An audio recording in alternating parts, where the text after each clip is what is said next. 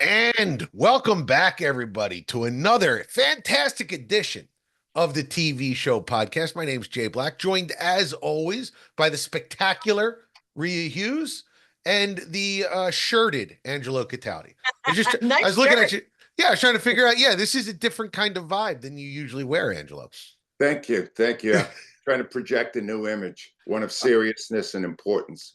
Well, you know what? Let's just jump right into that, Angela, because you have a very serious and important thing to talk about. You Yeah. you emailed me before the show, and I just said, I'm gonna get out of your way and Yeah. let you cook. Like it's gonna be like a basketball move. We're isolating, letting Angelo take it in like Allen Iverson. Angelo, tell me what happened this weekend. All right. So this weekend I decided to go to the movies. All right. And I saw a film that I had interest in because I love legal thrillers. And then I found out it was done by, at the time, he was 93. He's 94 now, the legendary Clint Eastwood. If you Yes. do not know Clint Eastwood, he has been involved in Unforgiven, In the Line of Fire, Million Dollar Baby, Escape from Alcatraz, Play Misty for Me, Good, Bad, and the Ugly, Kelly's Heroes, and many more. And those are just the ones he directed. He has Right. directed 45 projects. He has starred in 73 projects. He is one of the great Hollywood icons of all time, and he has been brilliant in pretty much everything he's ever done. And Juror number 2 is believed to be the final film he will ever be involved in. He just turned 94. And I went to see it. And as I was gripped by the brilliance of this film, it is great. I got angrier and angrier at the Satan of Hollywood, David Zaslav. All right. Because that smacked ass. That man who is in the process of destroying HBO and the streamer Max, that man who built his reputation on a show about lobster fishing and a doctor who pops pimples. That's what this man has done. David Zaslav decided to bury Juror number 2.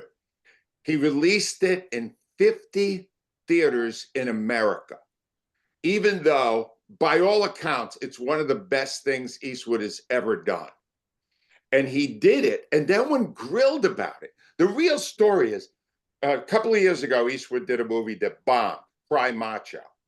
And that movie Zaslav tried to bury. And they said, no, it's Eastwood. You got to let him do it. And it didn't do well. So he said, that's it. No more with Eastwood. He's over the hill. He's done. And they buried a phenomenal movie.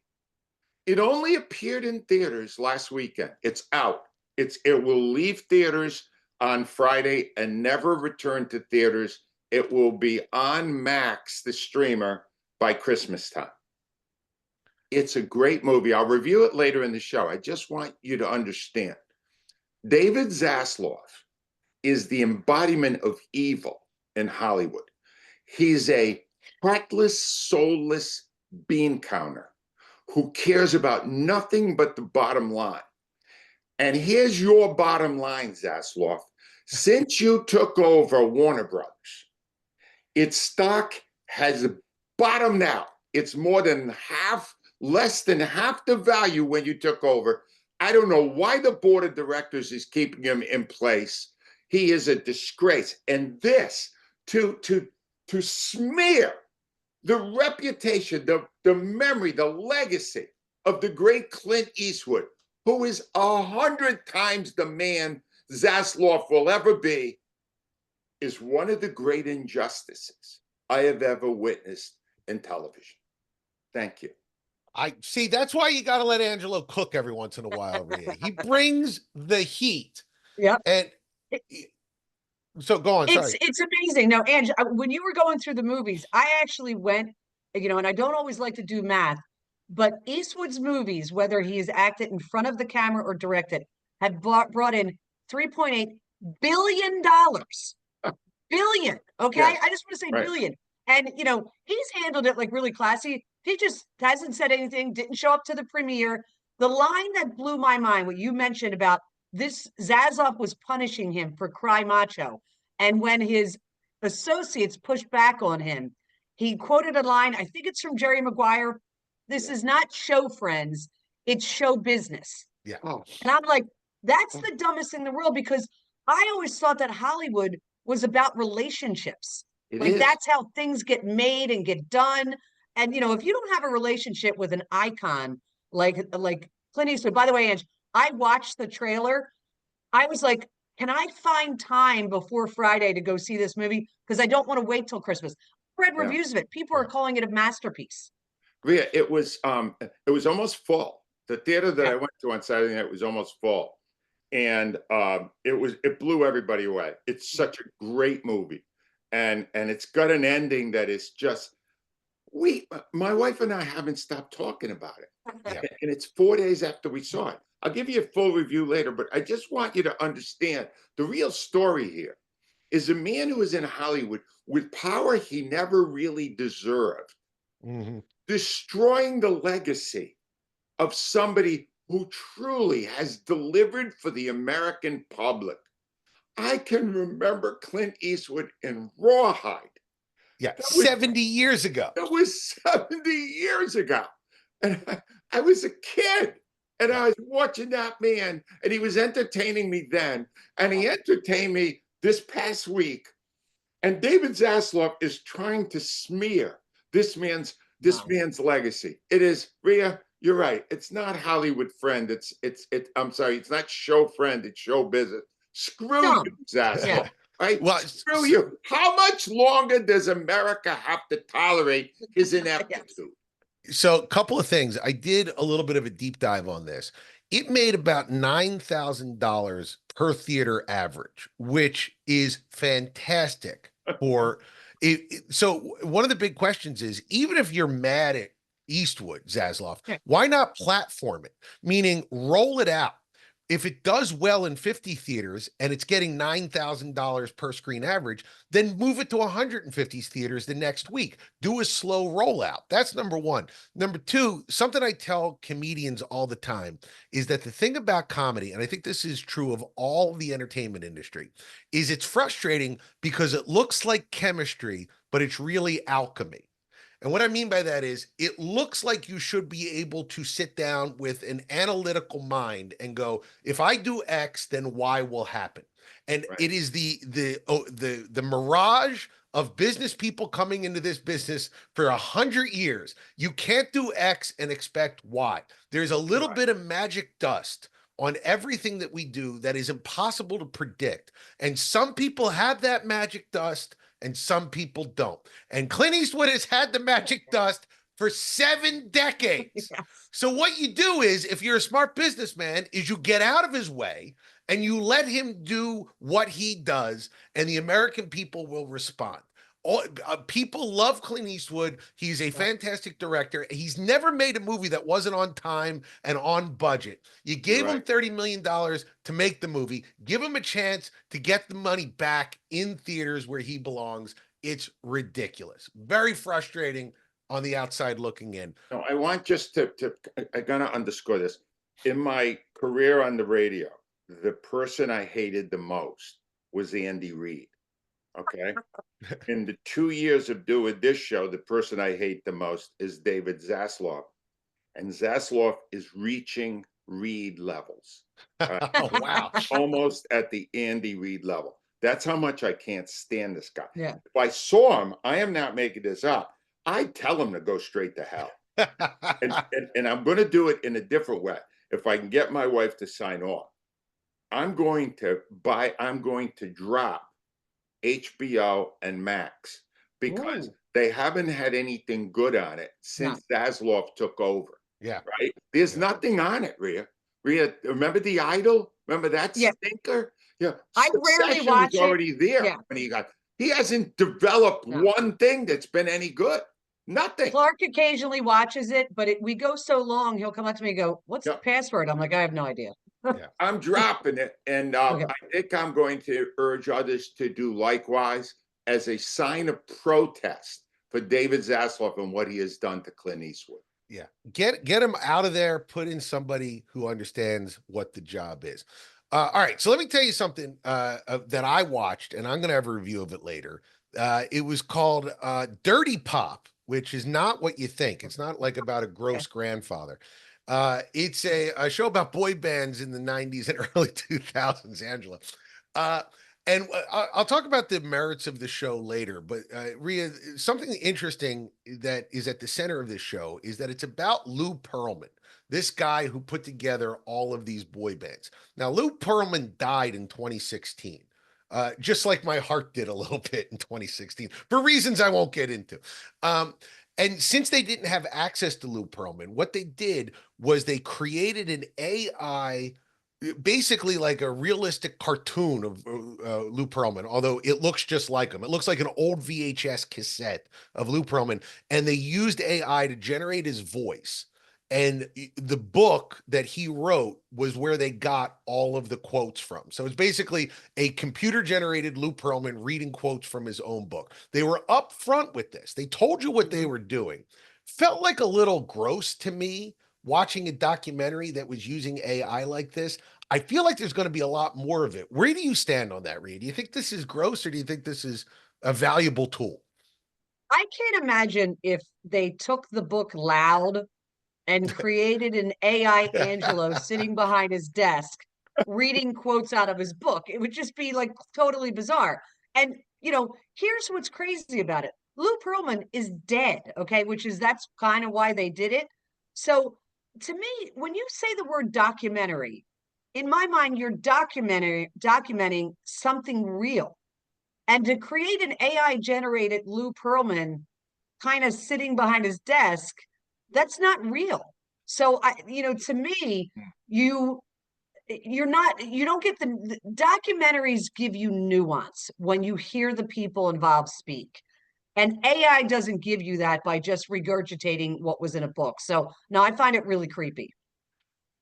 Well, Angelo, Jay, do you think it's a tool, or do you think it's I you watched agree? I watched this a few weeks ago, and I was aware of what they had done, and I supported it then, and supported it even more after seeing the documentary. The words are all entirely his. Yeah. The face is his. The mouth is his.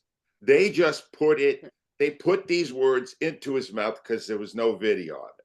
I do not understand your problem. I can't figure it out. Last week we had Tom Hanks at 18 years old with AI, and you seem less upset with that than you do with this, which really gave you the story. And by the way, it's a good doc as far as I'm concerned, Yeah. because it really tells you what an awful man Lou Pearlman was. So they Simple used to his own. me.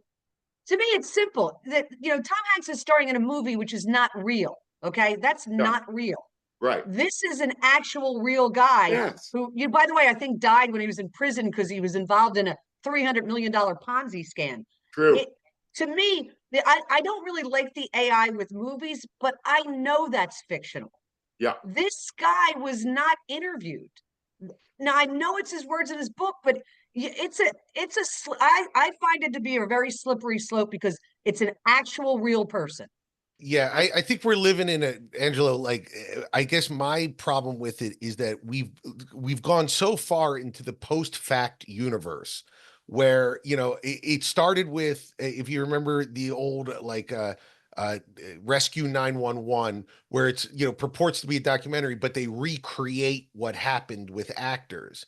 Right. I think that as we're moving further away from news that we can trust, documentaries that are built on animation that is hard to tell what's real and what isn't, that's where I start to get like a little bit like, where does it end? What's the next innovation that takes us away from the truth?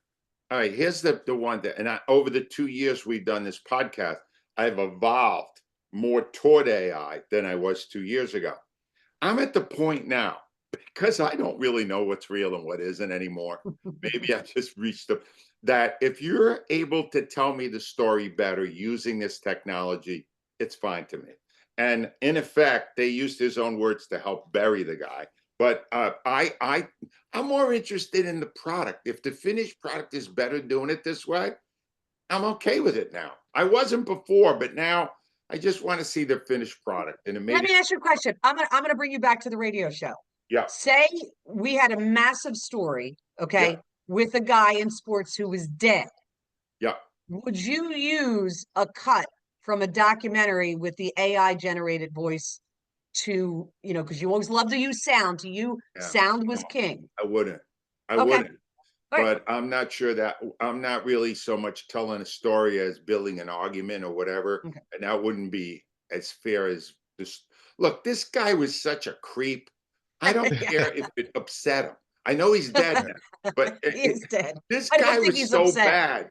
Yeah. To me, maybe I wouldn't feel the same way if it was a story about somebody who was great. But this guy was such an awful guy. He died in prison in the end. Yep. And I didn't feel anything for him, and the story was really well told. So I kind of liked it for that reason. By the way, I was voted most likely to die in prison in high school. So we'll see how Still that shakes time, out. kid. Still time. All right. Well, speaking of bad guys, I mean, I don't know if I want to call it a bad guy, but it's certainly a bad situation. The 2-year saga of Kevin Costner, who we admittedly very handsome. Rhea, we know you like Kevin Costner. We all do. His feud with Ty Sheridan on Yellowstone. It finally came to an end this week when they, spoiler alert for the first episode. The first episode dropped, and I kind of liked it. They killed Costner off like in the first 8 seconds of the show. It wasn't like you got to wait around to see what happens. He's dead, and that's it. He's out. Which felt like, the final sort of nail in the coffin of this controversy. Angelo, I want to talk about the controversy first, what you feel about it, but also like this happens a lot in a world where we have like television coverage of television, where like a TV show or a movie will have a scandal that's bigger than the show. Because I don't really care about Yellowstone, but I care about this scandal with Costner and Sheridan. What are your thoughts on this? And do you have an example of some other time this has happened? Well, here's the thing. All right. I need a disclaimer because Kevin Costner is my wife's hall pass. Yes. She loves Kevin Costner and has told me she would dump me if he came to the door. So I don't like him for that right off the bat. I thought she said that about the Amazon guy too. Yeah, and the FedEx guy, Rhea, but let's not get too personal. Here's the real thing. This is chutzpah. This is an ego run amok. All right. Kevin Costner bailed on Yellowstone to do a 4-movie project called Horizon, which is already dead on arrival. It's just bleeding money profusely. He's done the second one. I don't think he'll ever do the 4. No one gives a damn about the project. And he left all these people in the lurch at Yellowstone, right? Then they don't know what to do. The people still love the show, so they kill him off. And then he goes public, Jay, and goes, well, I don't think anybody's going to go out of their way to watch that. Look, and you're going, wow, you have lost your mind. Yeah. Costner to me has been overrated for a very long time. I didn't even like Yellowstone. I'm not watching it. He was in it. That was enough reason for me not to watch it. But to bail on a show and then rip it when they killed you. Yeah. I mean, that's a new level of chutzpah to me. It's awful. I hate it. Angelo, I'm rereading all of William Goldman's books right now, the famous screenwriter, and he had a line in Which Lie Did I Tell that said, movie stars don't have friends. He said to become a movie star, you have to get rid of like your humanity in a way that most people don't understand. And when you hear about people like Costner doing stuff like this, you sort of get that because it's not normal person behavior to do that sort of thing. What about you, Reid? Did you watch Yellowstone? Was this your show? I was not a Yellowstone fan, and I like I'm a massive fan of Longmire, so it's not that I have anything against like modern westerns. I never got into it, so I might check it out. But I like Kevin Costner, but the way he's handled, I obviously read all the reports.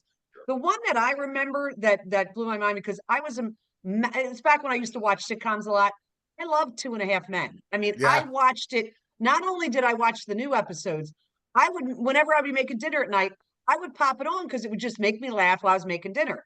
Then he gets into the fight with Chuck, Chuck what's Lorre. Chuck Lorre, and he winds up leaving, and they put Ashton Kutcher in it.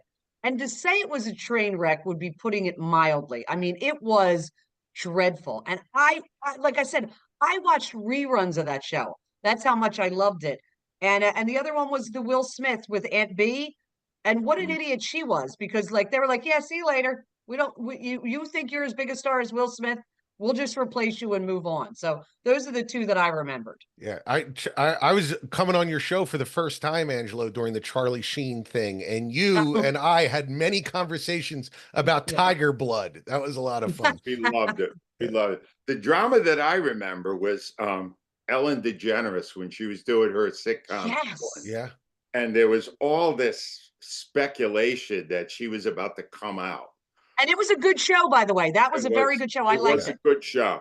And then they wrote what I thought was a brilliant line where she's kind of having a soul-searching moment. And she said, I guess this time I say it. I'm probably butchering this, but I guess this time I say it. I'm Lebanese. And ironically, she did come out very soon after on the show. And then the show kind of tanked. It didn't do as well after that. I'm not sure it was the right thing, but boy, there was a ton of drama when she finally did that on the show. Didn't Time put her on the cover as like Man of the Year? Yeah. Or Oh, really? Person of the Year? The Person of the Year was probably, yeah. Person of the Year. Probably not Man, Rhea. Probably not Man of the Year. I'm sorry, Freudian slip, didn't mean it, but yeah. Right. Angelo, that reminds me of an old Golden Girls bit where Dorothy says, they're talking about a woman and goes, she's a lesbian. And Rose goes, like Danny Thomas? You know how many people know Danny Thomas? Maybe 5%. That's all. I mean, this is 40 years ago they made the joke, and I was a big fan of Make Room for Daddy because I was a lunatic who watched everything as a kid. I'll just go with mine real quick. Chevy Chase on Community, who clashed with everybody and was not only written off the show, was killed on the show as well, just like Charlie Sheen in 2.5 Men. And it's just interesting that Chevy Chase has been an a-hole for 50 years, like a legendary a-hole for 50 years, right? I mean, Angelo knows it personally, Jay. Oh, yeah, that's right. I had a night with Chevy Chase at Borgata. But he was nice to you, right? No, I can confirm he was an a-hole. Total. But on stage, in a big moment when we were being heckled, I choked and he saved it. So he's still a far better performer than I will ever be, but an a-hole also. A legendary a-hole, yes. Well, there's legendary a-holes, but there's also legendary good guys. And, our belief is if you're a sponsor of our show, you're a good guy. But then there are, even among sponsors, there are good guys and legendary guys. And our sponsor's legendary, right, Angelo? Tell me about Steven Singer. I was just describing for you what would happen if Kevin Costner came to my door and stole my wife. I got an ace in the hole. I got a play. And my play is I win her back with diamonds from Steve. Because diamonds are a girl's best friend. You could say that even though you would say woman's now. Yeah. But the fact of the matter is nothing works better than a beautiful diamond. And nobody has better diamonds and honesty attached to them than my friend Steven Singer. Rhea, am I making that up? No.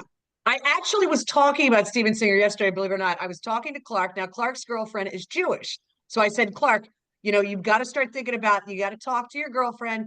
Like, are we celebrating Hanukkah? Are we celebrating Christmas? Which one are we doing? Because, for Hanukkah, it's 7 days of gifts. We're not getting 7 days of diamonds because, you're only 15 and a half. But I said, we can go to Steven Singer and get her something beautiful. And he popped online and he started picking out some stuff and he's going to talk to her. But, and he's got his own account. which she's very proud of. When Yeah. we went there the first time for her birthday, got a beautiful necklace. So probably, I'm not going to say on the air what he's looking at, but we were talking about that yesterday. So again, the holidays are here, so you want to start thinking ahead, and Steven Singer is the place to go to get the perfect gift. Perfectly said, Rhea. Great. Yeah. And you know what? Don't be a dope. Just get it now. You can Yeah. actually click on the link, IHateStevenSinger.com. Is just scroll up in the podcast. There's a little button. You just click that, buy a gift. You're done. You don't have to worry Yes. about it. You're not going to be one of those guys going to Rite Aid at 4:30 p.m. on a Christmas Eve going, what can I get my wife? Because she'll be getting you divorce papers for Valentine's Day. You don't want that. So yeah, click on it right now. IHateStevenSinger.com, the other corner of 8th and Walnut. We love Steven Singer. The only thing we honestly love more is the British segment, which we do every week with Rhea Hughes. Rhea, what did you watch this week? So I found a new show and I'm super excited about it. It's on Acorn, available. It's called Inspector Ellis. Season 1 just out.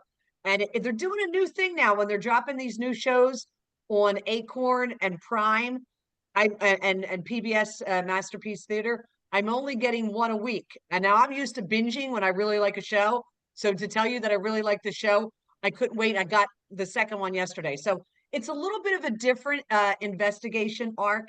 DCI Ellis is called in. She kind of helicopters in to different police stations when they have an investigation that is hot or involves somebody big. In this case, the first one, I was drawn in immediately from the very first season 1, first 2 episodes. And it was this young kid, senior in high school, found in a car submerged in a lake. And he's the son of a former member of parliament, and his girlfriend is missing. And so they bring DCI Ellis in. And just to let you know, she's an older Black woman who's super strong. And when she shows up at the police station, she's sitting in the visitors lounge waiting. And DS Harper comes in to get her. And he immediately goes over to the white woman sitting there because he thinks that's the inspector who's coming in to handle it. So they but they wind up becoming very close, not romantic, but like super good partners, not through any shape of hers because she's really tough. The story was great. I didn't know who did it. They did a whodunit through this entire and the first episode, I want to say, was like an hour and 15 minutes, standalone story, phenomenal. I couldn't wait till episode 2. Episode 2 started out really good. It was she's sent into a different place because a young police officer, female, has disappeared, and it dropped about 25 red herrings. By the end of it, I was like, oh, for goodness sake, just tell me who did it. Like it lost a little luster towards the second, but I will tell you, episode 1 of season 1, Inspector Ellis on Acorn, phenomenal. Absolutely loved it. You know, I just got to say, I was just thinking while you're talking, for such a small island, Britain has many murders. Yes, they Don't do. go to Britain. It's a very scary place. People getting killed every month, every week there. All the time. All right, so Inspector Ellis, great. And did you and Clark watch something this week? Clark watched something. He's now it's called Marvel the Punisher, and it's just want to make clear it's separate from the Punisher movie. It's they're both based off the comic. The movie The Punisher did not get good reviews. No. Very terrible critic reviews. Okay, audience. The Marvel Punisher, which is 2 seasons, 13 episodes each, available on Prime, Fandango, and Disney. It's basically this guy, FBI guy, who becomes a vigilante because they killed his wife and his family, and he's going after all these people. It did really well on Rotten Tomatoes, both audience and critics. Clark is on season 1. He says it's phenomenal. But again, don't mistake it for the movie. That movie's not very good. The series, Marvel the Punisher, Clark really likes. And you know what, Angelo? That's one that you might actually be able to tolerate. It stars John Bernthal, who like him. he's fantastic. He's lately of the Bear. But it's also basically Death Wish in the Marvel universe. It doesn't have a lot of hero elements. He doesn't have any special powers. He's not a superhero. Yeah. He's just basically a guy with a gun and a very low threshold for killing bad guys. So if you like Charles Bronson and you'd like to see what Charles Bronson would look like if he had a skull on his chest, that's the TV show for you. So it's not a bad one to check out. And I think they're going to bring Barenthal back into the Marvel universe shortly, because the new episodes of Daredevil are about to drop.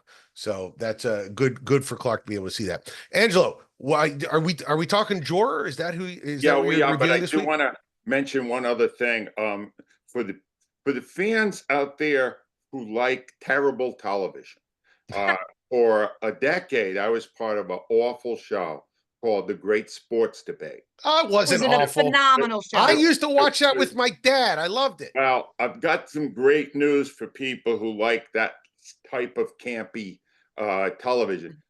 On November 23rd on NBC Sports Philadelphia, we have a reunion show, which we Wow. taped last night as we taped this show. And it came out great. And, watch it. We remembered some of the old things. We argued about current sports things, but Was it you, Al, Jason Stark, and Glenn Macnow? yes. And let me Awesome. tell you something. Al Morgani, I worked with him for almost 30 years. He was never funnier than in the 18 minutes we did of that show. You have to see how great he was in it. It will debut on November 23rd. Time to be determined. They haven't even said for sure yet. It's part of the What's Brewing show that Glenn Macnow does there. And we all came together and did one last show. And I thought it came out great. It was amazing. We hadn't done that show in like 20 years. And the rhythm of it came right back to everybody. It was insane. And in it, Jason Stark tells the story of how he had done the trial of Jim Fregosi and what had it done to his TV career and how much trouble it caused. It's really a great watch. And it also honors a beer that Glenn put out through Conshohocken Brewing that is the Great Sports Debate beer.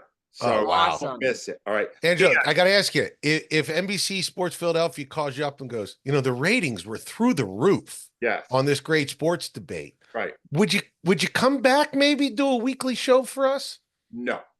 I would only do one weekly show, and this is it. Well, we're the winners. All right. Nothing else. That's a promise. All right. Let me get to juror number 2 real quick, because it is so great. I almost don't want to give much away. Nicholas Hoult is the main character, and I had not really seen him in anything. But to say he's brilliant at this, there are actually photos of Clint Eastwood working with him. First of all, he's an amazingly great-looking guy. Yeah. And he gets entangled in this insane situation. And it really calls into question what justice really is. And when you're a juror and you know whether the guy is guilty or not, how do you handle it, knowing that I don't want to give it? It's very hard to explain. Right. Brilliant concept, perfectly executed in under 2 hours by Clint Eastwood, and it's brilliant. I'm telling you, it's top 5 in Eastwood's long. I had told you all the movies he's been a part of. I saw the trailer, Ange. The trailer literally, after I heard you were going to mention it, I literally wanted to drive and go to the movie theater. My son and I tried to find it. You can't find it anywhere because it's the problem. You're lucky if you live near a city. Yeah. But let me just say one other thing. On the way home, as we were debating how it ended, all this stuff, we were really excited by it. We both said the same thing. He said, that movie works better in a movie theater than it would ever work as a streamer, because it so immerses you in the story that you don't even want it to end. It's so great. I can't tell you, juror number 2, watch it. You're not going to see it in theaters because unless you go on Thursday, you will not see it in theaters, because on Friday it's wiped out. I checked. It's out. It only ran the 1 week in 50 theaters, but it's coming out around Christmas time on Max. I won't be able to watch it there because I'm dropping HBO. But check it out. You will love that film. I promise you. I won't be able to see it until it comes on Max. I'm going to keep Max until it comes out because I want to see it. There's a Nicholas Hoult movie called The Menu, by the way. If you're looking for a good movie, it's Ralph Fiennes and what's her name? The the girl with the giant eyes from Oh, I love her. Anya Was in the Taylor-Joy. chess movie. Yeah, she Yes, was. Anya Taylor-Joy. Oh, that's a good movie. I've seen that, but I didn't recognize him. He's amazing in this. I Yeah. can't tell you how good he is. Yeah, he's really coming on as, one of the few movie stars we have left, Nicholas Hoult. So yeah, we talked earlier about Dirty Pop. Angelo really enjoyed it. I really liked it too. If you lived through the 2000s, which scarily, I was thinking about like, 2004 is 2 decades ago now, which is, this takes place in the late 90s, early 2000s. Time really does move quickly. But if you live through that time period, you understand that Backstreet Boys and NSYNC were the biggest bands around. This is the story of Lou Perlman, the guy who put all this together, while at the same time, it sounds like you're making it up from a bad movie, was running a blimp company and also a Ponzi scheme. So, like, in the course of his life, he was building blimps, building boy bands, and bilking old people out of their money. He was ambitious. I will give him that. Yeah. And if I have like something on my mind, like if I forgot to do the dishes and I'm at dinner with my wife and she's like, "Did you do the dishes?" And I know it's hanging over my head. I have a stomach ache the entire time. I just want to talk about it. You're bilking people out of $300 million and you're just going about your life. I did like guys like that fascinate me. How do you wake up and not immediately feel the pressure of all the pain that you're causing people? It's insane to me. Except for the AI, which is a little funky. The rest of it is done very, very well. It's on Netflix. It's worth your time. It's 3 episodes. It's a good documentary about a bad guy, Dirty Pop, the Lou Perlman story. That's a good week. Let me give you what we got. Juror number 2 is in theaters through Thursday of this week. Then you can watch it before Christmas on Max. Check it out. It's great. Dirty Pop is on Netflix now, and you will enjoy it, AI or no AI. Yellowstone is back on Paramount Plus, but Kevin Costner is dead. The character, not Kevin. The character. No, he's alive. The Inspector Ellis, especially the pilot. Check out on Acorn. Marvel The Punisher is on Prime, Fandango, and Disney. And the Great Sports Debate Reunion Show will be on NBC Sports Philadelphia on November 23rd.